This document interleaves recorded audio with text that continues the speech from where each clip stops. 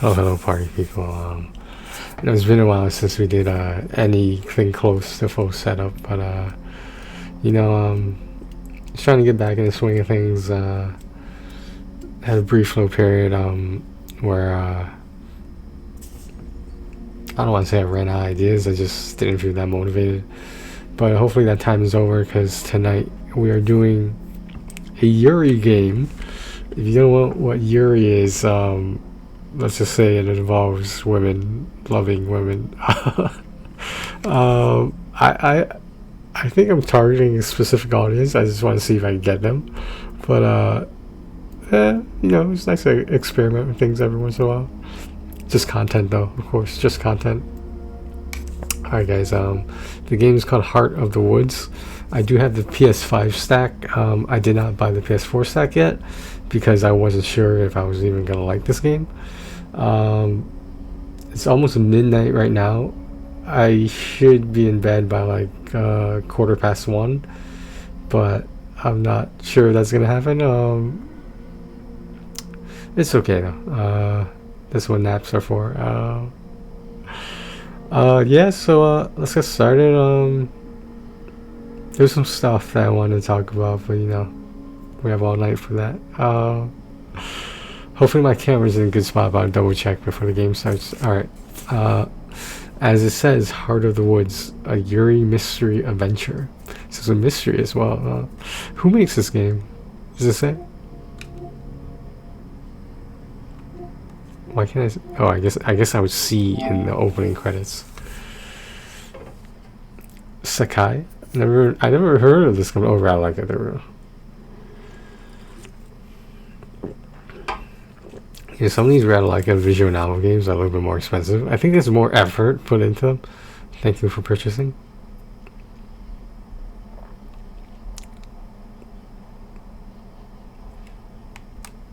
I want to enable it.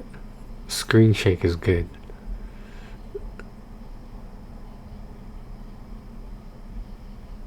It will state the song name. Short text description.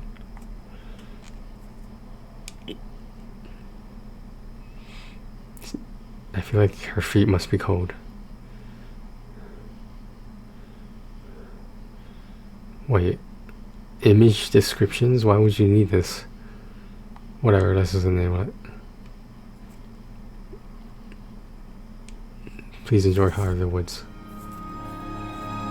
These are some new companies, development companies I haven't heard of.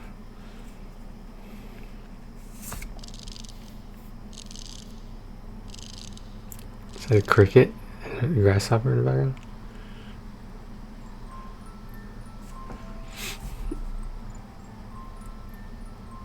She has borderline pink hair. Alright, so we're gonna do this. There is a walkthrough for this, but however, we're not doing that tonight.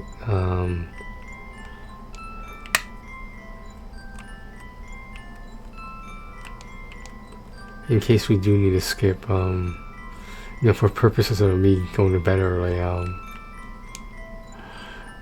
sound looks good. Apparently there's these characters. Kind of spoiled a little bit for me so far. What is self-voicing? Does it tell you? Assistive self-voicing? I don't know. I'm not sure what that is. A bunch of extras. Alright, let's get into the actual game here. So remember, a Yuri mystery adventure. Just thought I'd point that out. Chapter 1. She looks younger in this picture. Into another world. A winter wonderland. That's how this place was pitched to us. Out in the middle of a forest with an unpronounceable name. In a village that time forgot. In the email, it sounded like every other ghost hunter's paradise that we get messaged about. Isolated, antiquated, with a tourism board encouraging hokey effects and gaudy billboards. The vast majority of those emails go unanswered. If terror weren't so capricious, this one probably would have too. But no, Something about journeying to the middle of nowhere for a month struck her fancy, and like always, I let myself get dragged into it. So here I am, for the last time. On board a lonely train to the village of Eisenfeld, Tara and Maddie sit in uncomfortable silence. Maddie has blonde hair and red glasses and wears a green jacket. Why is it stating that when it's just Tara has layered red hair and a black hoodie with a t-shirt of the moon. Tara is sleeping while Maddie's looking out the window. I'm just gonna move my camera here because it does talks about the music. The song is in upper left. I'll see if there's anything in upper right later. The train beats out a slow, monotonous rhythm beneath us. It's an older machine, the sort that looks like it's supposed to take us to wizarding school, or that should be in a museum. Harry Potter reference. When I bought the tickets, I thought we'd be getting on something a bit more modern. Oops. I shifted my seat, the tattered cushion and wooden boards doing little to soothe the pain in my back. We've been on this train for 12 hours, and I can feel every one of them in my bones. Tara's been out for the past 6, upright, but fast asleep.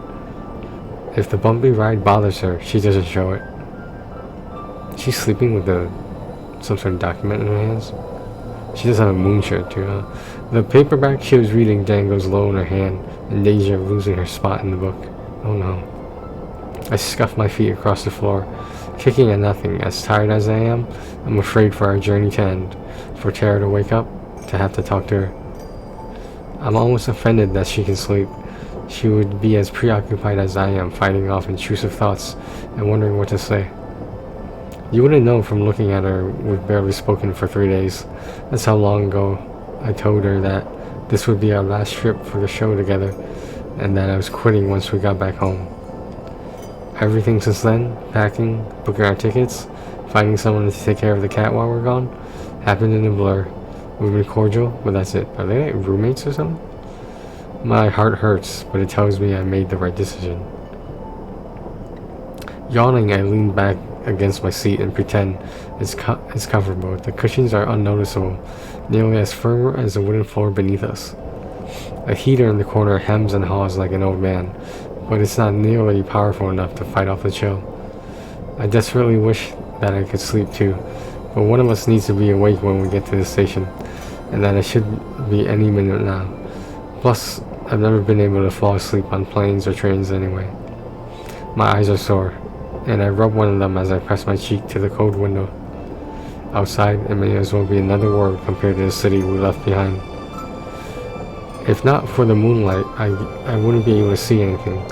The soft white glow makes the snow in nearby forests glisten like it's under some sorceress's spell.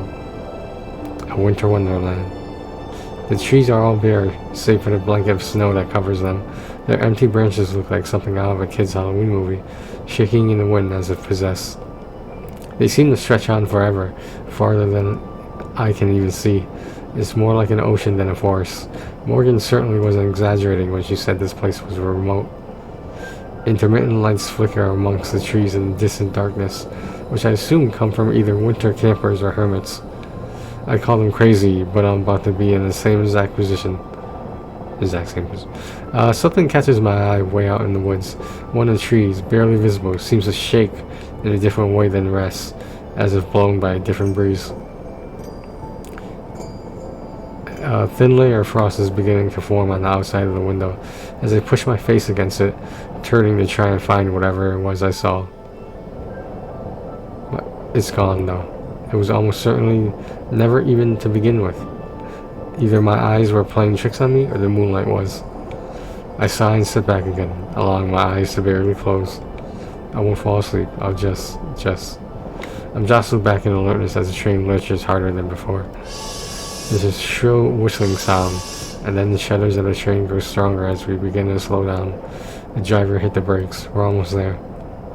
Across from me, Tara is undisturbed. Somehow, she still hasn't dropped her book. Apparently, she's less clumsy when she's asleep. Through the frosted window, I can see the lights of what must be Eisenfeld as we approach the station. They're few and far between, like scattered stars. The buildings appear to be placed sporadically, nestled on and around a hill. As we round the bend, the village goes out of sight once more. I can't really put this off any longer. I lean over and shake Tara's shoulder. Hey, wake up. We're almost there. Her voice sounds very mature. Without opening her eyes, Tara mumbles a response. How close is almost? She's not like a man. Maybe that's her wake-up voice. Seriously. I don't know. Couple minutes. Okay, I'm getting up. She isn't getting up. I mean it. If you sleep through the stop, we're just going to...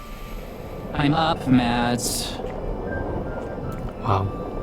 No friction there. Maddie looks over at Tara, who raises her head from the book. She finally opens her eyes. I cut off the end of my sentence. Not sure if I was serious or not. We're not even there yet, and we're already snappy. God, I wish I could sleep. Just a little longer, I tell myself. You excited? Little bit. Lie. You? Kinda nervous still. What is there to be nervous about? We've done this 1,000 times. Yeah, well, this isn't like those other 1,000 times. And you know that. She shrugs again, not meeting my eyes. I don't know, Maddie. I'm sorry. Let's chill. Yeah, sorry. So modern conversation slang. We lapsed into silence. At least when she was asleep, it wasn't awkward. I just want off of this train. I want to be distracted by going to the cabin and taking in the new sights. Any minute now. Hey, listen. Yeah? I know you're, like, not super thrilled to be here. She pauses, likely hoping for me to disagree. I don't. But let's just be cool, okay? Let's just try and have a good time. I breathe a deep sigh and let it out slowly. She's right. I'm committed to this trip. I can at least make it easy on myself. Yeah, okay. Sorry for getting bitchy. I'm tired. Bitchy. I feel ya. Hey, how do I look? The fuck? Like you just slept for 6 hours on a train. 6 hours, holy shit. That bad, huh? She messes with her hair in some attempt to improve its state. The results are unnoticeable at best. Hopefully it's good enough for Morgan. Forgot her name. It's an interesting groan sound that was. Fisher. Fisher. Morgan Fisher.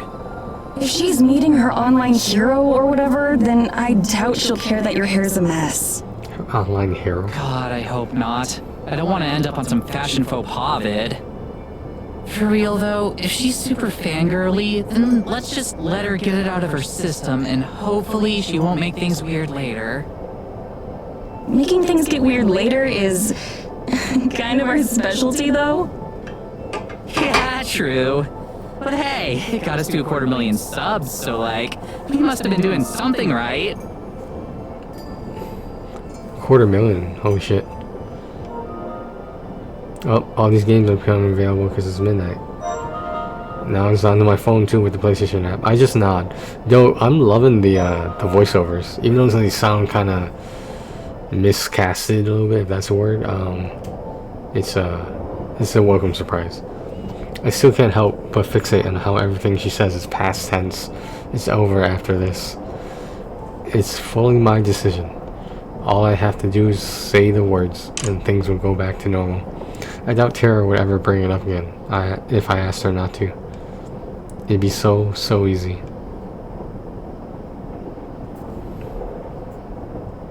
Might as well skip this. Okay. Oh, here's the opening right now. Yeah, I think upper right is a better position for this particular video. Do I press a button? I'm so confused. Okay. We step off the train and into another world. A frigid wind saps the heat from my body almost immediately, as if it had been waiting until we arrived to pelt us under our skin. Until our skin felt like it was burning. I instinctively wrap my arms around myself to try to preserve what little body heat I have left, but it doesn't change a thing. I might as well not even be wearing a coat for all the good mine does. At least it looks nice. As nice as it is to have the moon keeping things from being completely pitch black, I could really go for some cloud cover right about now. Anything to keep some warmth around us. Tara doesn't even notice the code, armed with nothing but her signature jacket. She seems immune to the chill. She's ohs and ahs all over the rustic train platform, like there might be a ghost hiding in the rafters. Just a minute later, the train rumbles off into the night, leaving us behind, not a single passenger boarded. Tara watches it go, nodding in approval. Okay, this place is already killing it in terms of atmosphere. Her voice seems a little forced. It's like she's completely forgotten the uncomfortable energy that had filled the train, back to her usually overly excited self. She's not wearing a jacket at all. I should probably be bitter, but instead I can't help feeling jealous of how she can shake it off.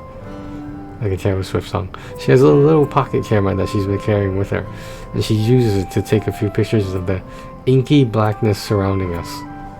I glance upward at the lights which hang from the ceiling.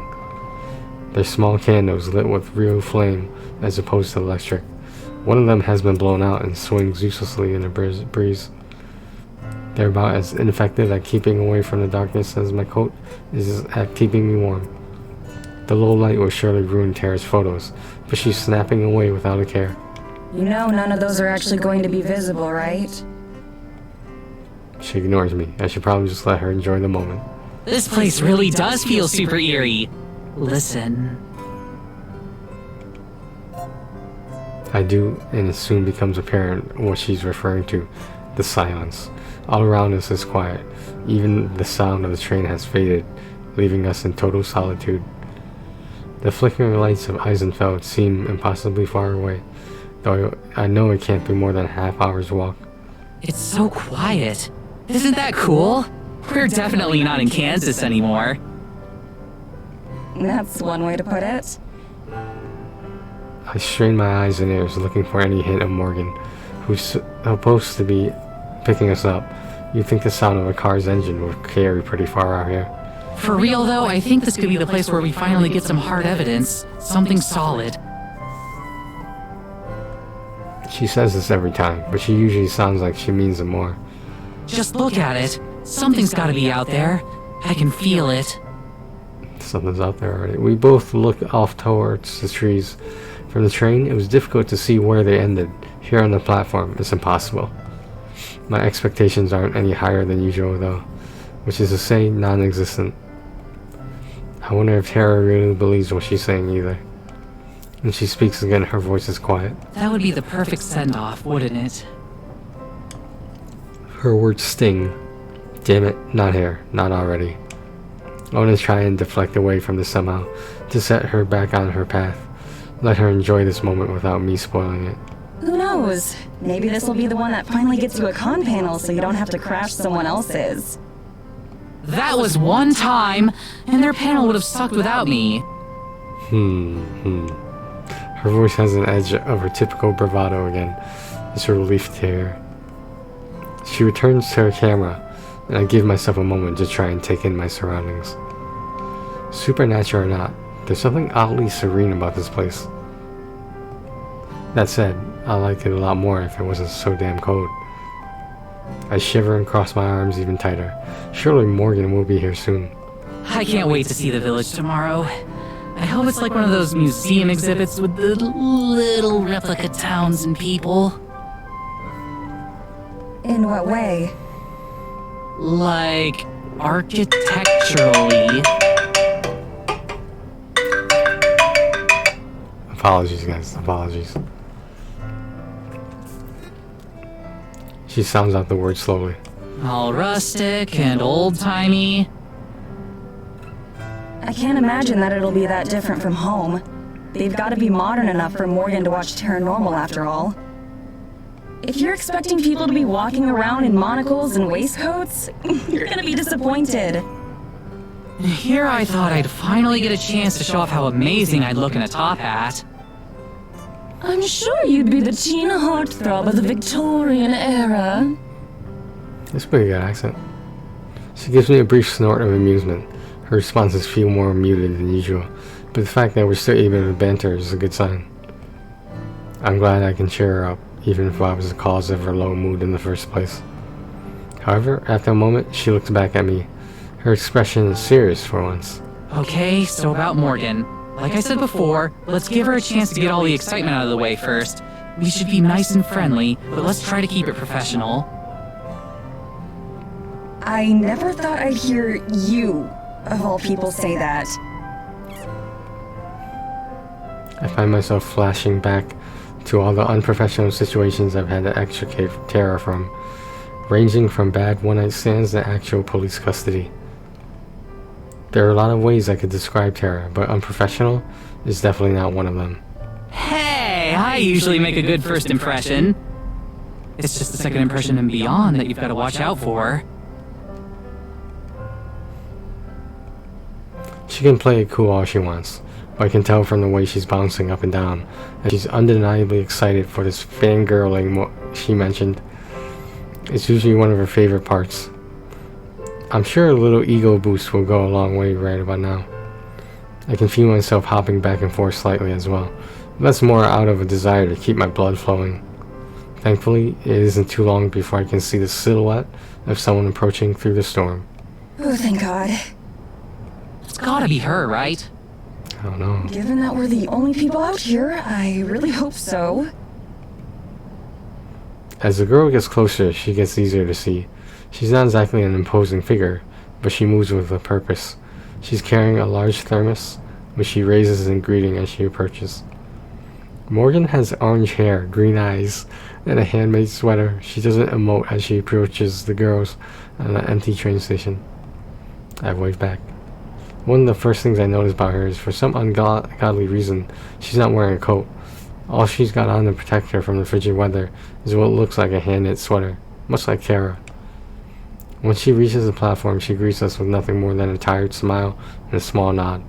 Not exactly the geeking out Tara was expecting. Hey there, you two. Sorry I'm late. Her voice is friendly but flat. She sounds like she hasn't slept in days. Tara looks a little bit taken aback by how subdued she is. Recovering quickly, she puts on her big celebrity grin. Oh, no worries. Are you Morgan? That's right.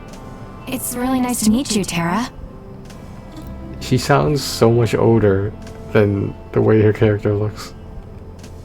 Morgan's smile seems to grow warmer as she greets her, but her face quickly regains a neutral expression a moment later.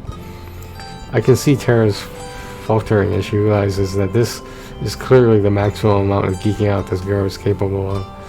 To her credit, she recovers well. Likewise. Charmed, I'm sure. Okay, maybe not that well. Tara extends her hand and Morgan gives her a brief handshake before turning to me. You're Madison, right?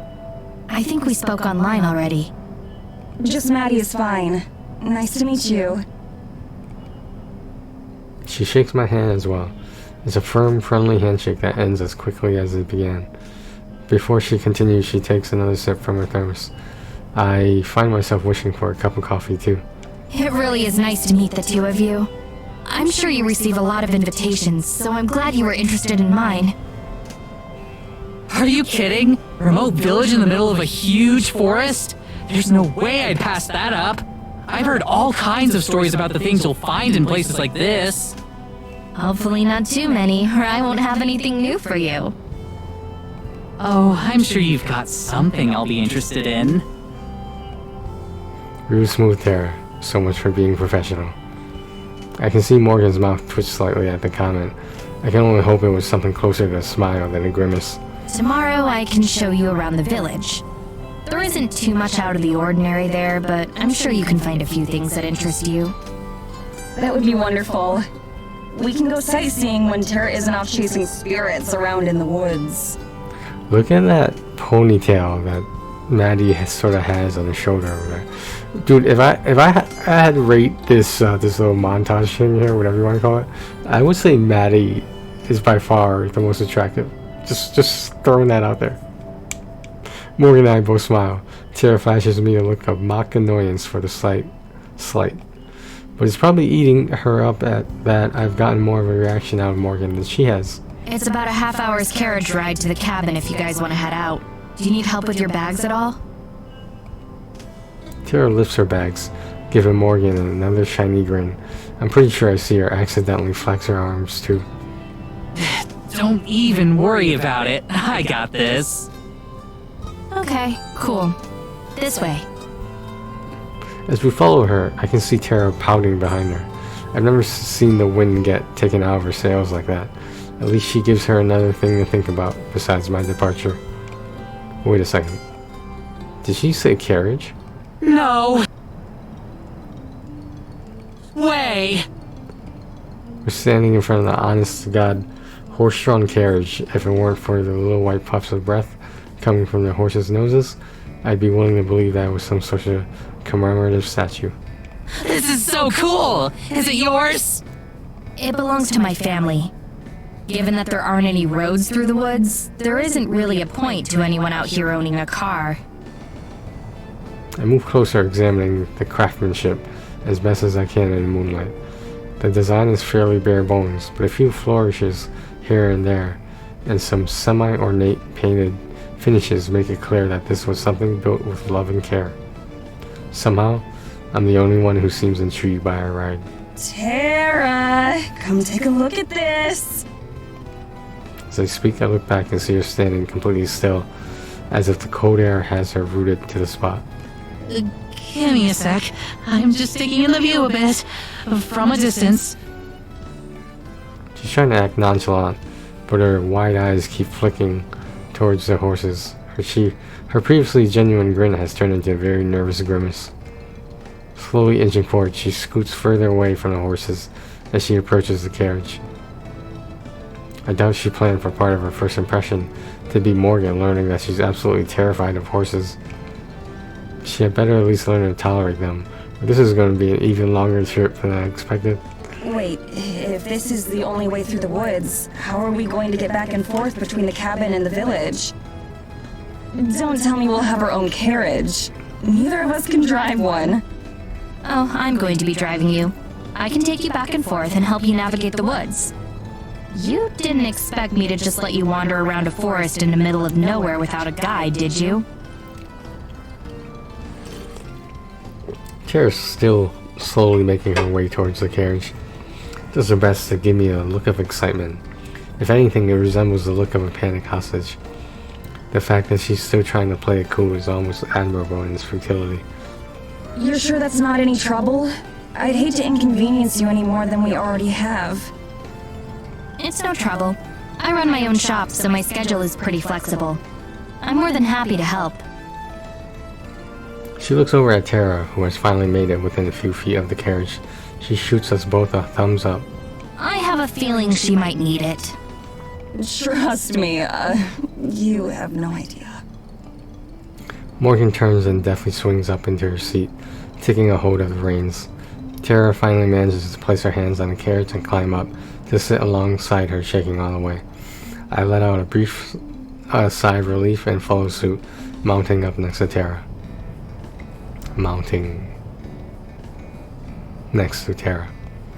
It's a little cramped up here, but I feel weird just sitting by myself. Besides, not keeping an eye on Tara is a pretty guaranteed way to make an even worse first impression. So, can you do any tricks in this thing? The path to the cabin turns out to be a complicated one. We've been making twists and turns through the trees for a few minutes, but Morgan seems to know exactly where she's going. Not even the dark can stand in her way. You can navigate through all this with just that little lantern? How can you see landmarks? Don't worry, I know these woods better than just about anything. Besides, the moonlight is more than enough for me. I can't help but feel embarrassed as I think about all the times I had to use the flashlight on my phone just to find something I dropped in the car. I definitely wouldn't last out here. Looking over, I can see Tara bouncing her leg, probably about to launch into a torrent of questions for Morgan. After that flood introduction, she's clearly a little less gung-ho than usual, but I know that won't stop her. As such, I should probably get my handling of the actual adult stuff out of the way quickly before he gets lost in the noise. Is there anything about the town or the people that we should know? Local customs, things to avoid saying, that sort of thing? Morgan thinks about it for a moment, silent. There's a curfew at midnight. Also, you're not supposed to go too far into the forest. I ignore both of those rules a lot. Curfew. Most of the villagers tend to be sticklers about them, though. Great, so our host is a troublemaker. I guess that means Tara will be in good company. So, while we're on our way, could you maybe tell us about some of the specific supernatural occurrences you've seen here so far? Here she goes. Morgan sits up at that question. She looks over toward us, and her eyes seem to lose a bit of their constant drowsiness. She's been waiting for this. Well, we have a lot of freak weather events. Strange storms that appear and disappear, or are localized to certain parts of the forest in ways that shouldn't be possible. Tara nods solemnly, already totally enraptured in what Morgan is saying. Sometimes when I walk in the woods, I can see strange lights here and there, like tiny little stars inside the forest. I've never been able to get close to them, though. I raise an eyebrow, but don't say anything. We've had countless cases of strange lights, before all of us would have ended with a rational explanation. That doesn't seem to damper Tara's spirits, though. I started to drift off. This is more Tara's jurisdiction anyway, so I'm sure they can just wake me up when we get there. There's also my cat. Your cat is a supernatural occurrence? She can talk, so I'd say so. Her words snapped me out of my trance, looking over at her. I expect to see her holding in a laugh, or sporting some kind of mischievous grin, but her face is as serious as it's been since we arrived. Your cat can talk? Like, talk the way a human does? Yes, she's very well spoken, in fact. Yo, she's pulling her legs or something. Pulling their legs. I try to hide a laugh. Weird weather and lights in the woods are ambiguous enough that we can play along with them. But every so often we get these blatantly fake claims too, like a talking cat. Tara, however, instantly perks up once her words sink in. She can't actually believe her, right? So, could we talk to her? She won't mind if I ask her a few questions, right? I was hoping you'd ask. I think you'll be very interested in what she has to say. The whole thing is clear as some kind of joke, but Tara is absolutely taken in. I can practically see the wheels turning in her head as she plans out her follow-up questions. That's never good. So, do you have any ideas about what could be causing it? Something in her diet, maybe?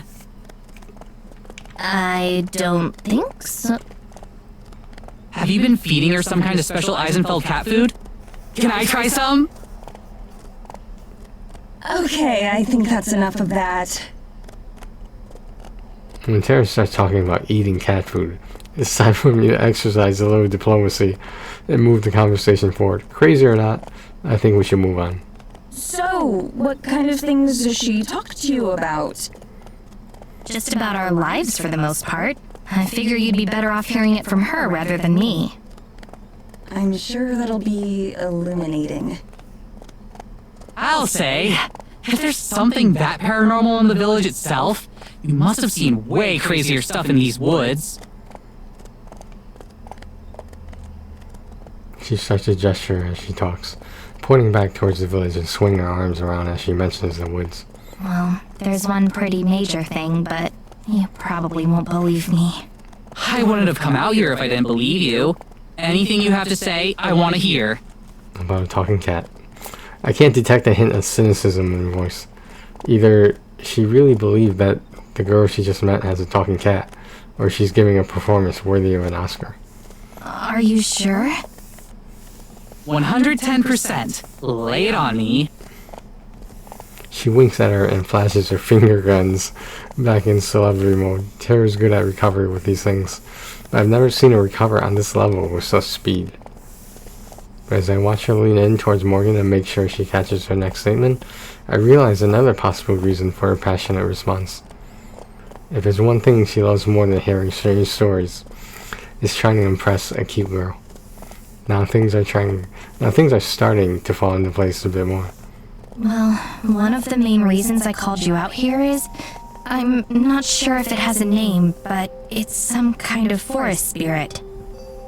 Spirit? Like a ghost or something? No, something physical. Some sort of massive creature. Like the forest came to life. Okay, this is new. Even the Crazier fans don't get this outlandish. But Tara's absolutely eating it up. No matter what her reasoning is, I'm glad she's having a good time. Is there anything else you can tell me about it? Does it speak or anything? Have you managed to interact with it at all? Is it more kaiju-sized or more basketball player-sized? I've only seen it once, unfortunately, so I don't know too much about it. I've searched for it a number of times since, but without any results. Who knows? Maybe you two will have better luck than I have. That's what you're best at, isn't it? In terms of talents, I'd say it's certainly up there. Morgan's mouth turns up in a small but seemingly genuine smile, and her expression grows slightly less intimidating. I knew you'd believe me. Nobody else around here does. I can't imagine why. I feel a pang of guilt as that thought crosses my mind. As crazy as her story sounds, it can't possibly be easy feeling rejected in a community this isolated. No wonder she was so eager to bring us into the fold. So, how far away would you say we are from the cabin? We should be coming up on it any minute now. I'll help the two of you get situated and then head back. I'll be happy to tell you more about the spirit tomorrow. Morgan has the most realistic voice. Or, voiceover, voice actor, whatever. Thank God. Oh yeah, great. That's great. I'm exhausted. That much isn't a lie. All I want to do right now is pass out. We've passed the last of the houses that I can see, but the sparsely marked path continues on towards the forest. The last traces of civilization are behind us now. By any minute now? What exactly did you mean? I can't keep the biting tone entirely out of my voice. Just ahead. See? She points forward into the darkness. I strain my eyes to see anything other than murk. Finally, I spot the faint outline of a small cabin, practically swallowed by the forest. I started the heater before I left to get you, so it should be warm. That's what I like to hear. You're like Prometheus. I'm surprised you know who that is. Why? I love that movie. Morgan suddenly jerks the reins and the horses come to a stop. Tara and I are rattled from our seats and nearly fall forward. She's talking about the Alien movie, the prequel or whatever, Prometheus. I think that's what she's referring to. Damn it. What happened? Rather than answer, Morgan just glares in the darkness where the cabin is. I strain to see what she does as my heart starts to race. Is it a wild animal? A bear? A wolf? There's the sound of footsteps as a shadow detaches itself from the cabin and moves toward us. A human shadow. An older woman comes into view, stopping just at the edge of the lantern's light. A stern, older-looking woman steps out from in front of the cabin. She has the same orange hair as Morgan. She's clearly related to Morgan, her angular features and steely eyes barely visible in the dark, making her look like she stepped out of a Baroque painting. Why are you here? I came to greet our guests. She spits the word "our," clearly asserting some sort of ownership. I suck in an involuntary breath as she approaches. Being able to see her more clearly isn't a reassurance. If anything, it's the opposite. Something about her radiates hostility. Even the horses seem uncomfortable, their ears pressed back as they stamp their feet in the snow. Up close, her gaze is sharp and fierce. Her face is proud but sunken. Cheekbones jutting out as her face doesn't quite fit. It makes her look older than she is. Which of you is Tara? Mouth drawn thin, she looks from me to Tara and then back again. Each second that passes makes the discomfort grow. I keep waiting for Morgan to intervene, but she doesn't. Tara and I exchange a quick nervous glance. Then she clears her throat and leans forward, offering a handshake. That's me. The woman regards Tara's outstretched hand for a moment and ignores it. Wow. Welcome to Eisenfeld. My name is Evelyn, the mayor. Who are you? Her attention flicks to me like a hand on the clock. I'm Maddie. Madison. Tara's manager? I see. It's clear that she's judging us, but I have no idea on what. Are you done yet? They're tired. You can interrogate them later. What exactly is she volunteering us for? Interrogate is kind of a strong word. Our host makes absolutely no effort to disguise the loathing in her voice. In a town as small as this one, I can't imagine that speaking to someone as important as the mayor like that is a good idea. Even though Evelyn appears entirely unfazed. She remains in the middle of the trail, blocking our path. She and Morgan stare each other down while Tara and I sit in painfully uncomfortable silence. At least for a minute, the mayor finally steps out of the way and heads back the way we came. We'll speak later. It's clearly a command, not a request.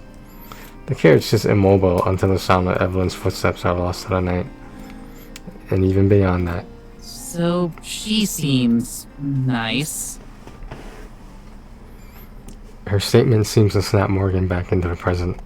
Morgan flicks the reins and we begin moving again. She turns around and faces us, looking genuinely apologetic. I'm so sorry about that. I thought she'd at least wait until tomorrow, and I'd have some time to prepare you beforehand. Is she your mom? Technically. Wow. What? No way! How could you tell? The family resemblance? Unfortunate, isn't it? She purses her lips. Long story short, I didn't tell her that you were going to be staying here until this morning. I'm speechless, hoping that it's just a joke and the punchline fell flat. But Morgan's clearly serious. For the second time in a handful of minutes, I'm wondering what we've gotten ourselves into. Tara laughs, though I can tell it's forced. Oh, it's no big deal, right? It's not like she runs your life. Silence. Right? Eventually Morgan nods. Right. We shouldn't get into it right now, though. I'm sure you'd rather sleep tonight. I can see Tara gathering the breath to disagree and tell Morgan that we'd love to hear all about her family issues right now, so I head her off. Yeah, we would.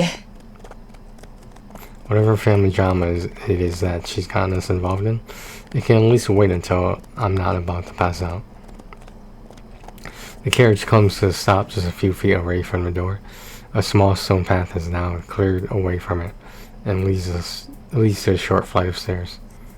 We're facing a large window, although it's dark and impossible to see into. Morgan vaults out of the carriage, nimbly landing on her feet. I'll unlock the door. Your luggage already came in too, so it's inside.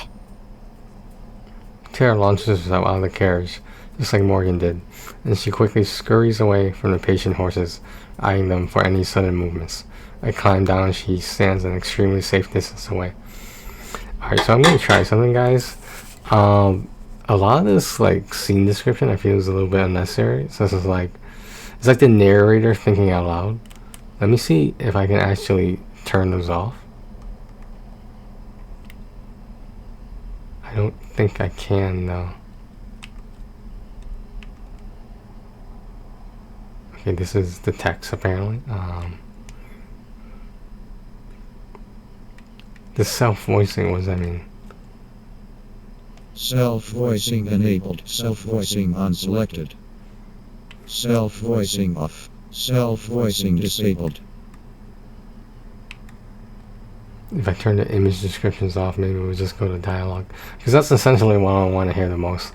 I don't mind reading the, the extra stuff, but we're already approaching near an hour and I'd rather get at least one playthrough through this.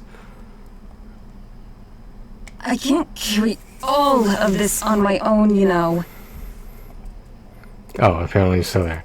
I toss the bag and she rushes to catch it, barely keeping it from landing in the snow. We stand back and watch as Morgan fiddles endlessly with the lock on the door, pushing and trying again over and over. Now that we're so close to the end, I can feel the last of my reserves of energy rapidly draining. Kind of like a social battery, apparently. The bags in my arms feel like they weigh 1,000,000 pounds.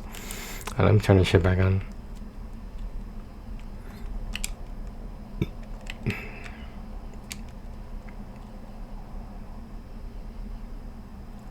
Okay, yeah, this is the song they were singing upper left. Alright. So, what do you think? She mutters as quietly as she can, though her timing could be worse. I think I want to go to bed. I'll join you. Same as ever, then. Can we all sleep together? You know me. Oh no, you know me. Rubbing my arms, I peer into the forest, just beyond the first few lines of trees. Everything fades into inky blackness, thick and impenetrable. I shiver, not entirely because of the cold. A cool breeze rattles the empty branches as they scrape against each other, mimicking the way I'm trying to stay warm. Finally, there's a banging sound as Morgan solves the mystery of the lock and nearly falls through the door. She pokes her head back through like nothing happened. I got it open. Hallelujah! I haul my way inside and into the blessed warmth. It's been so long since we've been near a working heater. A small lamp on the side table casts a bit of light over the small room. Looks kind of nice. Our luggage, as promised, is scattered haphazardly around the living room, just like home. Tara slips past me to bounce around and examine it all. Her bags hurled as carelessly as I pulled them out of the carriage. Oh my god! Holy shit! This is so cool! That's pretty funny. There's nothing really out of the ordinary, so I just stand there and wait for her to get it all out of her system.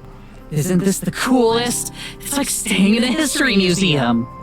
That's the kind of thing you'd usually treat like a punishment. Are you kidding me? I love history. We even did that whole series on the history of cryptids in the American Midwest. And I spent like 3 months on that special about Bigfoot's impact on the Great Depression. That's one of my favorite episodes. I had never heard of the theory that FDR was a cousin of Sasquatch. To be fair, I don't think FDR did either. She wants to go to bed. I mean the kind of history that actually happened. History is doomed to repeat itself, Mads. Finger guns. Just long fingers, holy shit. I don't even respond. That whole episode just felt like the plot of an awful low-budget B-movie. Instead, I crossed the living room towards a tiny hallway with a pair of identical doors. These are the bedrooms? That's right. They're the same size, so there's not much of a difference. Guess I'll take this one then.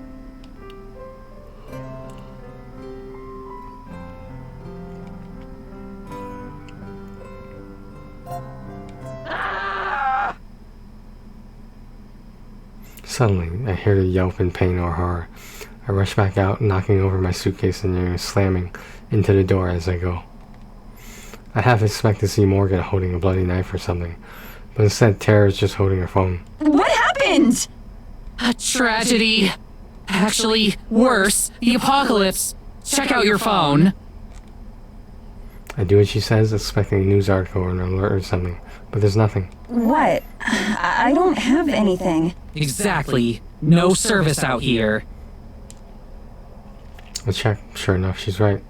There isn't the barest trace of a signal at all. What about Wi-Fi? I assume we have that, right? Technically. Oh no. I stocked up on books and downloaded a bunch of new films before we left, so I wasn't expecting to have much connection out here anyway.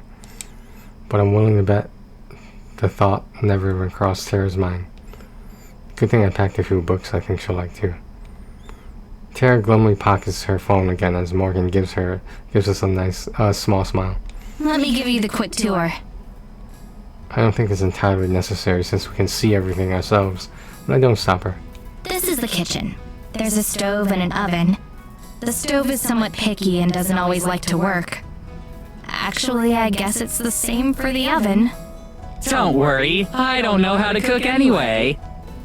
Over here is the fireplace. I can show you how to chop firewood sometime if you'd like. I think I might pass on that one. This is the couch. You can also sleep on it if you'd like. It doesn't unfold into a bed or anything, but I sometimes come here and sleep on it anyway. It doesn't even surprise me. The Wi-Fi password is on a note by the phone. So is my phone number, so you can reach me anytime. Do you They have do any have Wi-Fi. questions? I shake my head and look at Tara, who does the same. I think we're good. Thanks for all your help tonight, Morgan. It was my pleasure. Again, I can't thank you enough for coming all the way out here. I'll be sure to make it worth your time. I'm sure. Can't wait to get started. Me either. But I should probably be going for tonight. I've kept you up long enough as it is. Night, Morgan. Thanks She'll wave again. goodbye. Good night. Through the large window, we can see as she starts to make her way down the path. I'm gonna go to bed too. Yeah, same. We switch off the lamp as we head to our respective rooms. Tara grabs her bags from the floor where she tossed them. Alright, see you in the morning then? Yeah, night. I shut the door behind me and she does the same. I sway like a zombie as I stalk towards my bed. It takes the last of my strength to dig out my pajamas out of my suitcase and change. There's a window here and it looks straight out into the forest. The first thing I do is pull the curtain shut. Crawling in a bed, I face away from the window and pull the blanket up to my chin. It's heavy and warm, and I wrap it around myself like a burrito. The bed is firmer than I'm used to, and the pillow thinner.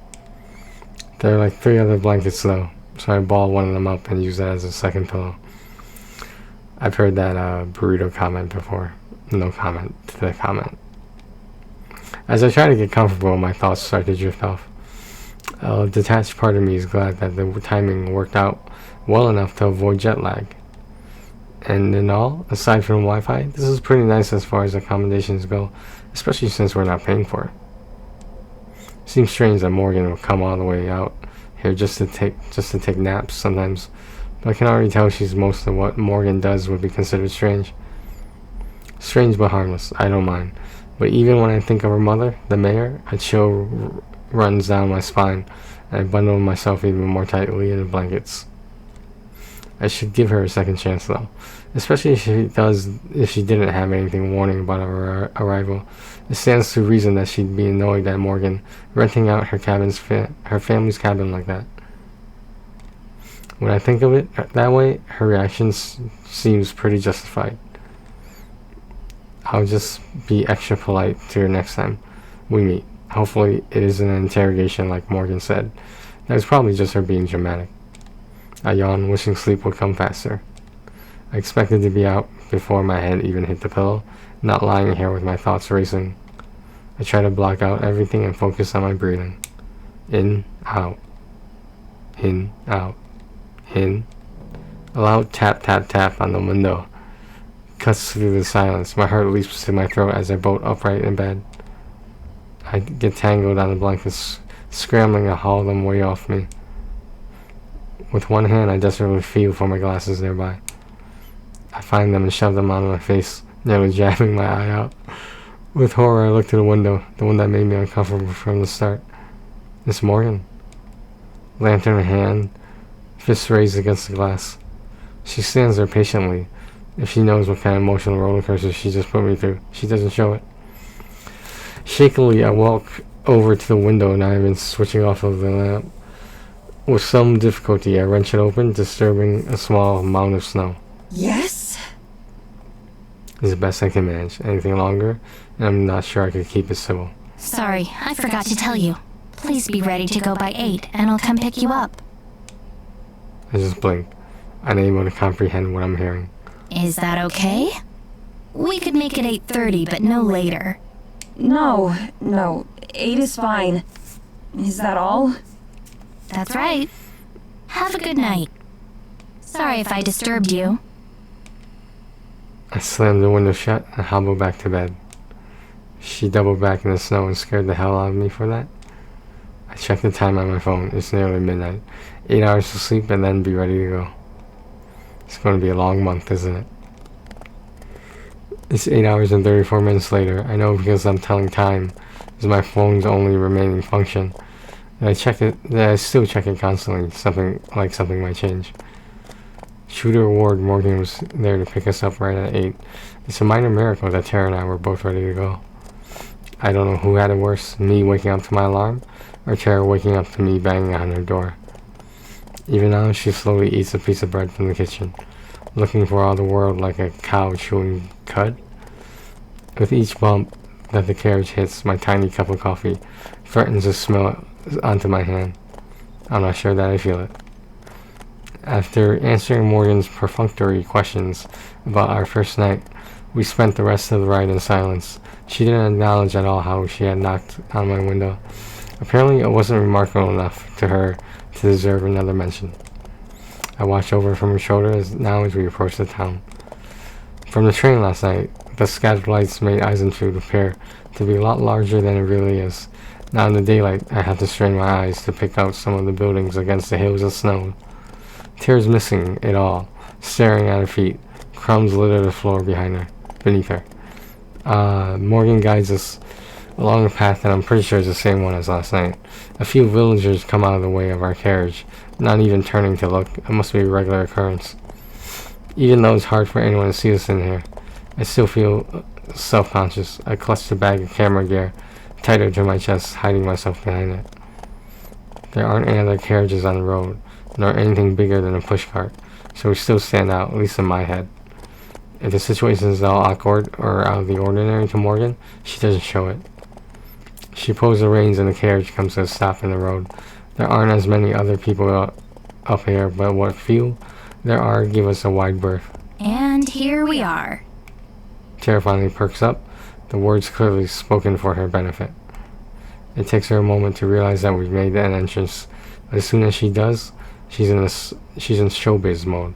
She leaps to her feet, throwing off the exhaustion like a disguise. Alright guys, I don't think we're gonna get through one playthrough at this rate. I hope if you guys find this interesting, you take a look at the game, but I think it's pretty good so far. I'd be more likely to go through like the finer details of it after getting the platinum, but we'll see. Like I said, it was on sale. I think the sale might be over today, around, I forget what time, but I only got the 50% off the PS5 version, which came to $10. I wasn't sure if I was gonna pay the $10 for the PS4 version, since like it's a good sale, but it's not that good considering both of them cost $10 each, even though both are on sale. I understand, but you know what? I think we're ready to fast forward a bit. So if you guys want to find out how the rest of it happens, just take a bookmark of this scene, and I'm gonna run through the rest. Hopefully, I can make some decisions real fast. I just want to see what happens, because I'm pretty sure that Spirit is one of the girls who see in the description of the thumbnail and whatnot. So I don't think it's any surprise that Spirit is like someone who appeals towards Maddie's sexuality. I assume. I don't know. Maybe she's bisexual. I don't know. Maybe she's not a lesbian. I don't know. Maybe she becomes one. Maybe she gets converted. Okay, alright, we're gonna skip now.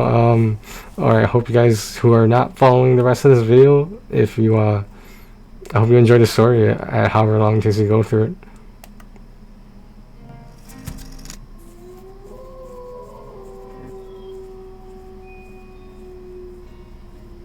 Wait, are there no decisions in this?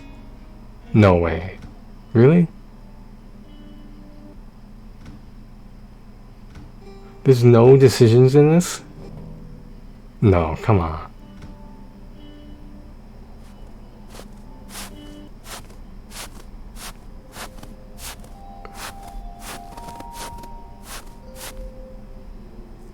Are those footsteps in the snow? How long is this visual novel? Holy shit. It's only the second trophy we got. Is this one of those visual novels that like the platinum is ridiculously easy? I just want to get to the part where they kiss.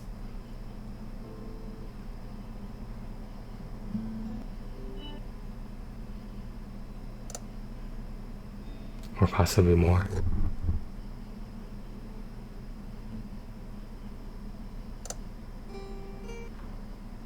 Do you think Tara and Morgan are gonna hook up too?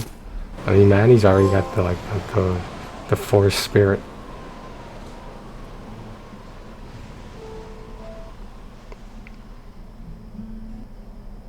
What the hell is that? Was that Swamp Thing?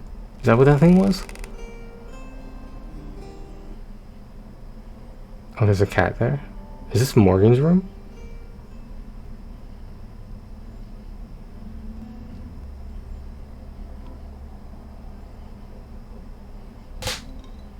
I should have like doing it this way just for the platinum size, because like gives you an idea of what's going on. This is the first decision throughout the entire fucking novel so far. I have to keep her strong. How about that?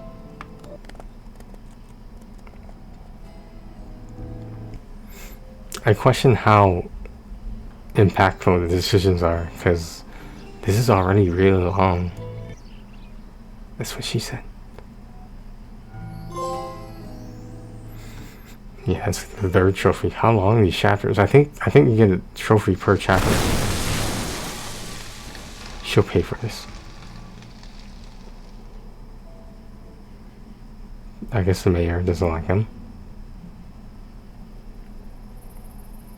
Oh, it switches between Maddie and Morgan apparently. Or the other characters as well. Yo, what kind of fairy tale land is she in right now? Whoa, you see that? I saw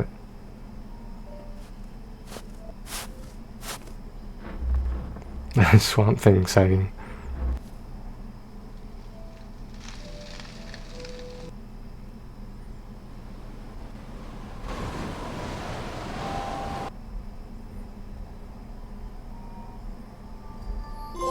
Are they getting married?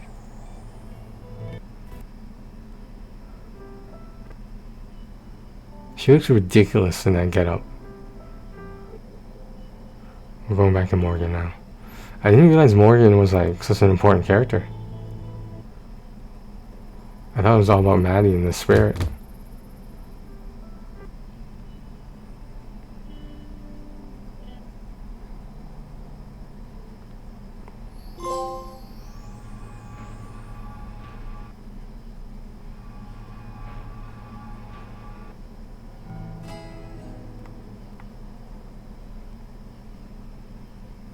One way or another, it ends tonight. I'm taking Tara with me. No matter what it takes. What the fuck? Is she a vampire?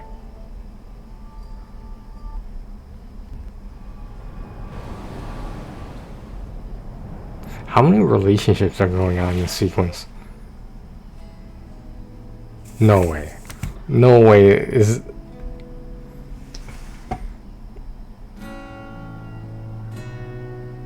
Interesting. Let me take a look at the trophies real fast. Okay, we got almost half of them, right?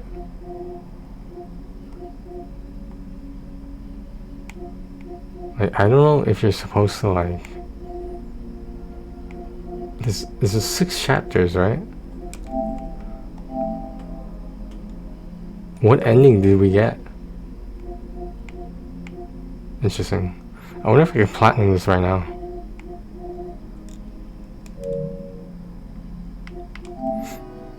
I should have made a save shit.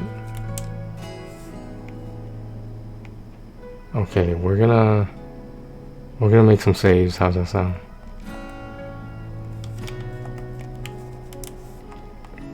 Let's go back to the title, please. Did we get anything?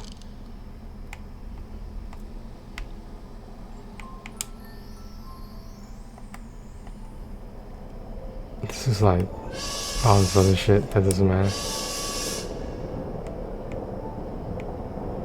Were my options not saved? Not that it matters really, but still. I thought I changed the text speed already. History? Yeah, I'm gonna try to platinum this right now. Might as well. It's already fucking on. It's already on. It's on now. Okay, let's go back to the title. Let's start. Alright. Let's get to that first decision. See what happens.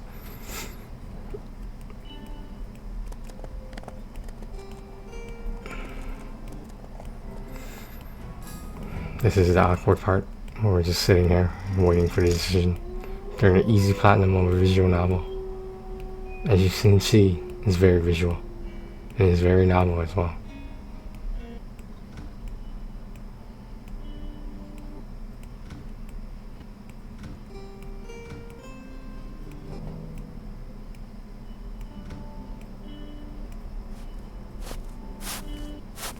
Yeah, I wonder what's going on in this part.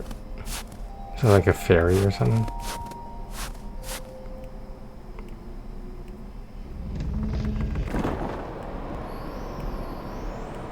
No, seriously, did they get married though? Was that like some sort of wedding dress? For like the woods? Like some sort of nature wedding?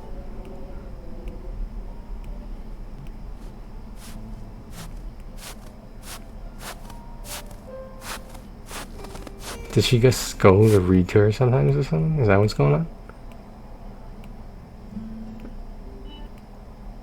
Does she not know how to read? Why can't she just give her one of the books?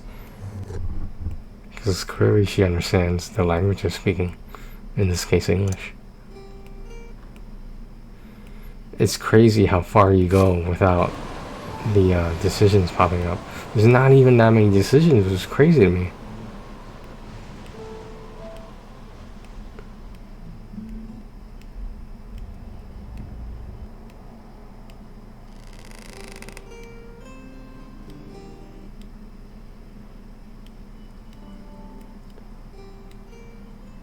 Yeah, something definitely goes on between Tara and Morgan.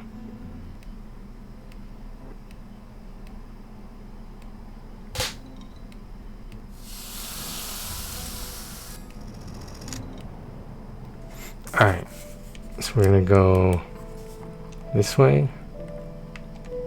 Gonna save that there. Now we're gonna go use the first one since we did the second one already.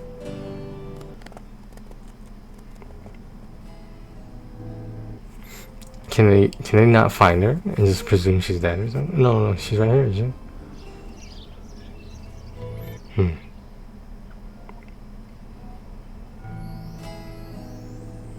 I mean, I don't exactly know where to save it, but we'll figure it out.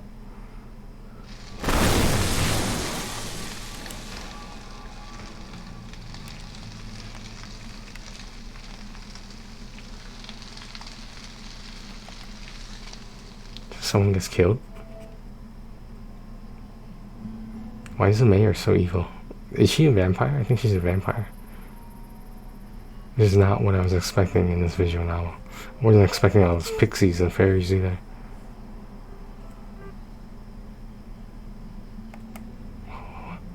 Oh, what's going on here? Yeah. I went too far. I want to see what happens. What? But there is one to be honest. I'm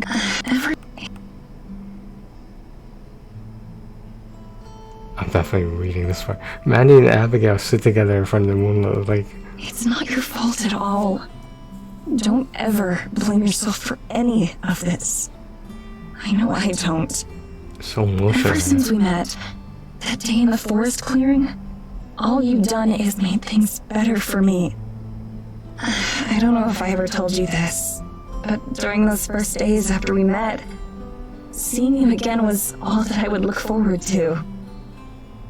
Love at first sight. I'd go to bed thinking about you, and wake up the next morning thinking about you. And as for everything else, to be honest, I don't know how to feel about a lot of it. So much of it is just hard to process. I thought that it would get easier with time, but it hasn't. Huh. But there is one thing I know. One thing that I'm absolutely sure of. I squeeze her hands, and I see her startle just a bit. The text shines, no matter what I'm missing out on, I'm sure I'd rather be here with you. I mean it, every word of it. I've never really put too much thought into an afterlife or anything like that, but any time spent here with Abigail is time well spent. And if that means eternity, then, well, so be it. Beside me, Abigail gazes into my eyes wondrously. Her lips move as she searches for the words she wants to say. Madison. She shifts so the starlight caresses her face, perfect and yet not nearly as luminous as she is. May I kiss you? For once in my life, I don't overthink it. Yes. Her eyelids flutter and close. Her breathing trembles, then steadies. I empty my head of any other thoughts. Maddie kisses Abigail, and I press my lips to hers. So soft and so warm, as delicate as the fresh fallen snow, as sweet as cotton candy. Her form shivers against me, and I place an arm around her for support and for comfort, mutually. I can feel her getting more confident and more relaxed, as 200 years of loneliness had melted away one by one, and were left just as two souls sharing a first kiss under the night sky. I saw a light at the end of the tunnel. When we finally part, my lips feel electrified. She regards me with a coy expression, but a happy one. That was even more wonderful than the many times I had imagined it. I hope it was worth the wait. I'd wait another 200 years if it was the only way I'd get to kiss you again. I promise. You won't have to.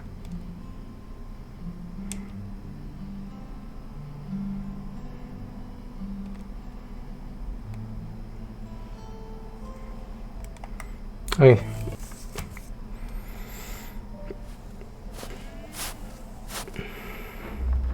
What is that Swamp Thing? I think I got one more save coming up. Or maybe two. I think it might be one though. This is the one with the mayor where she has all that blood on her mouth. Yeah, so do they get married?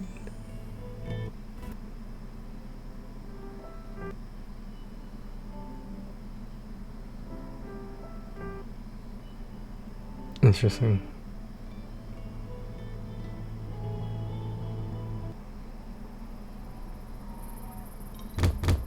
I wonder if I wasn't supposed to skip the credits. Is there a hidden scene at the end, like a Marvel movie?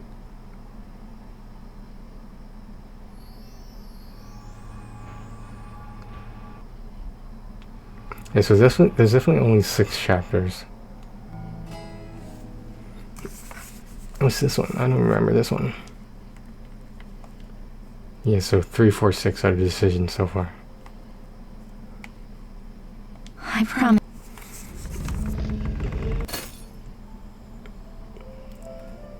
Did she almost kill Tara? Is that what's going on?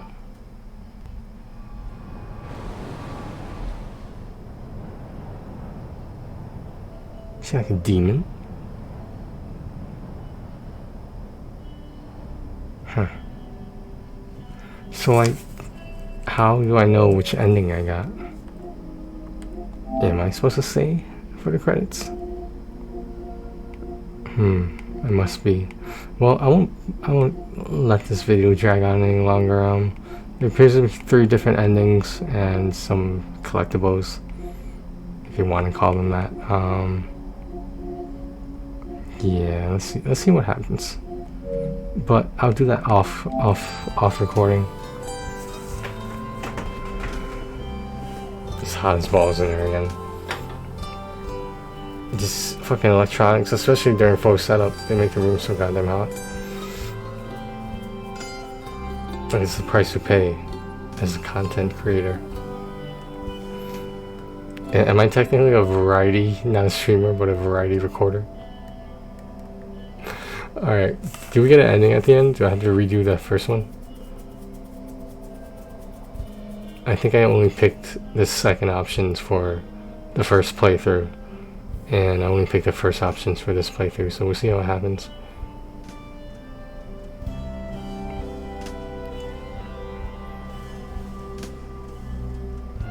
Holy shit, I need to go to bed soon. I probably won't, but I do need to. No cryptids were harmed in the making of this game. Yeah, I was supposed to stay for the goddamn ending. Fuck. Alright, whatever. We'll do this the second one just to see what happens. Alright, I don't want to spoil too much of this for you guys, especially since I want to go through it at some point too, but I'll probably read a synopsis or something. Like, this is an easy platinum for crying out loud, you know, so come on. Alright, thanks for watching, guys. Hope you liked it. You know, this will probably fall under the what the fuck is this game even about category. But hope you guys like it. Thanks for watching. Take care of yourselves and each other.